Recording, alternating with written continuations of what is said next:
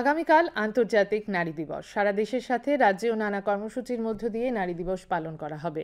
আন্তর্জাতিক নারী দিবসের থিম হল রাজ্য থেকে বাল্যবিবাহ সহ অন্যান্য সামাজিক ব্যাধি নির্মূল করতে সম্মিলিত আন্দোলনের সূচনা এবং মহিলা ক্ষমতায়ন। মহাকরণে আয়োজিত সাংবাদিক সম্মেলনে আজ কথা জানিয়েছেন সমাজ কল্যাণ ও সমাজ শিক্ষা দপ্তরের মন্ত্রী টিঙ্কু রায়। তিনি জানান, দপ্তরের উদ্যোগে রাজ্যভিত্তিক মূল অনুষ্ঠানটি হবে আগামী 13ই মার্চ আগরতলা রবীন্দ্র শতবার্ষিকী ভবনে। এছাড়াও আগামীকাল সকাল থেকে নানা অনুষ্ঠানে দিনটি উদযাপন করা হবে বলেও তিনি জানান।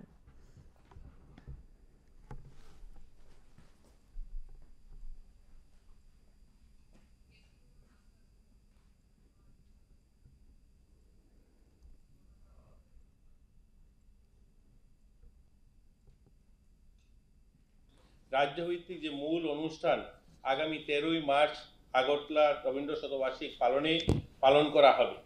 সেখানে আমরা আমাদের মহিলা সিডিপিও বা মহিলা আইসিডিএস সুপারভাইজার বা অঙ্গনওয়াড়ি ওয়ার্কার যারা রয়েছেন তাদেরকে আমরা বিশেষ কাজে যারা ভালো অবদান রেখেছেন এই বছর তাদেরকে আমরা সম্বর্ধনা জানাবো।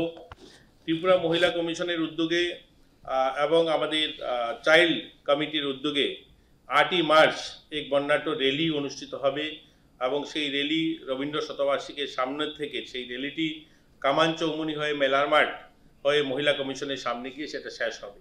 1 মার্চ থেকে 12 মার্চ পর্যন্ত জেলা ভিত্তিক আন্তর্জাতিক নারী দিবস পালন করা হবে। আমরা আমাদের রাজ্যের বিশেষ একটা থিম নিয়ে এবার আমরা নারী দিবস পালন করছি। সেটা হলো রাজ্য থেকে বাল্যবিবাহ ও অন্যান্য সামাজিক ব্যাধি নির্মূল করতে সম্মিলিত আন্দোলনের সূচনা এবং মহিলা ক্ষমতায়নের জন্য আমরা এবার কাজ করা হবে, এরকম একটা উদ্যোগ নেওয়া হয়েছে।